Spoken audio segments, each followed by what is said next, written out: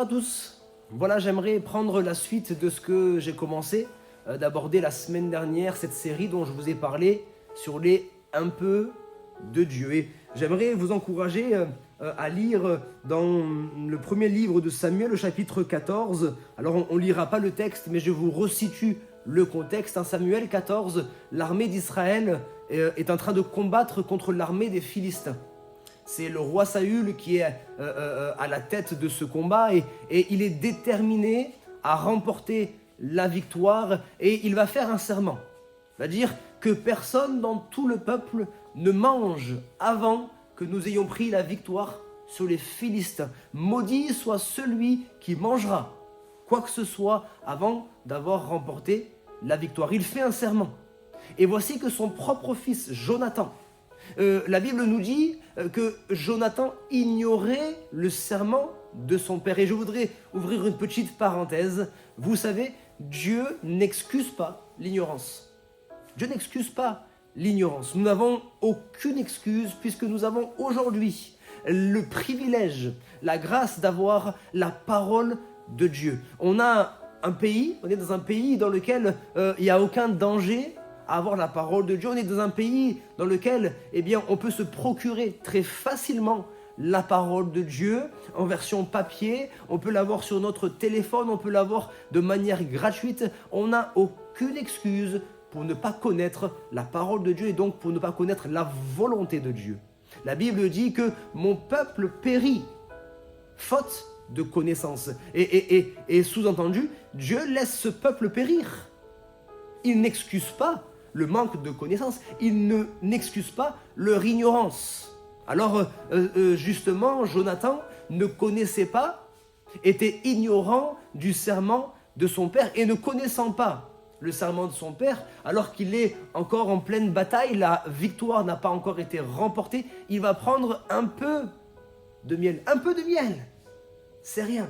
Et quand les serviteurs de Saül vont dire à Jonathan, ton père avait fait un serment, personne ne devait manger, il va dire, mais c'est rien, c'est un peu de miel. Et si vous continuez le texte, vous verrez que par son attitude, par sa désobéissance, même involontaire, Jonathan va pousser le peuple à aller même plus loin, va pousser le peuple à commettre un péché, puisqu'ils vont prendre le butin, ils vont manger les animaux avec le sang, ce qui était interdit. Il va pousser le peuple à commettre un péché plus grand encore, avec juste un peu de miel. La Bible nous dit, vous le savez dans la première lettre aux Corinthiens, ne savez-vous pas qu'un peu de levain fait lever toute la pâte? Il suffit de pas grand-chose. Personne ne se lève en un instant et puis va commettre un acte sans réflexion, à moins qu'il ne soit point dans son bon sens. Mais sinon, ça commence d'abord par des simples pensées. Ce sont des pensées qui sont là et qui ne font que traverser. Ça nous arrive à tous. C'est ce qu'on appelle la tentation. L'ennemi nous tente par des pensées impures. L'ennemi nous tente par des pensées mauvaises, par des pensées méchantes. L'ennemi nous tente par les pensées.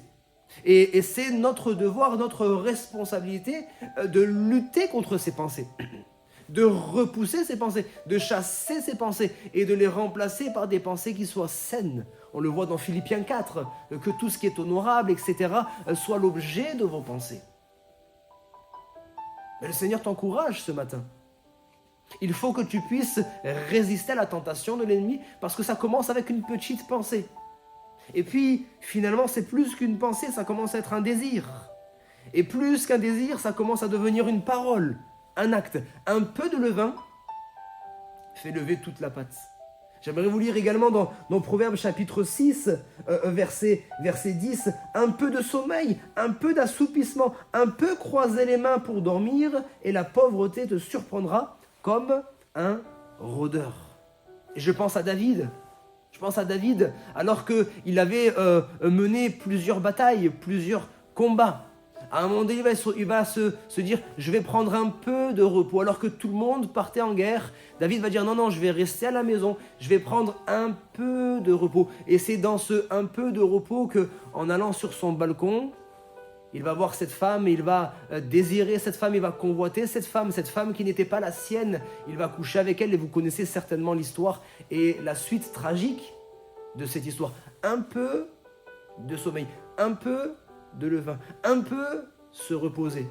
Et puis, puisqu'on a dit qu'on était dans une série sur la modération et sur l'équilibre, j'aimerais quand même équilibrer en vous citant Marc chapitre 6, verset 31, alors que les disciples reviennent de mission et qu'ils ont servi le Seigneur va leur dire « Reposez-vous un peu ». C'est bon, vous avez servi le Seigneur, vous avez remporté des batailles, vous avez remporté des combats, mais reposez-vous quand même, oui.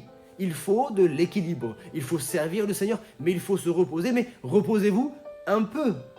Parce que vous savez, et certainement que vous êtes peut-être également tombé dans ce piège-là, j'y suis tombé, alors qu'on a remporté des combats, on a remporté des batailles, on se repose, mais on se repose un peu trop. Et en se reposant un peu trop, on finit par s'installer dans une forme de confort, on se repose sur nos acquis et on finit par perdre ce zèle, on finit par perdre ce feu. Alors le Seigneur t'encourage ce matin.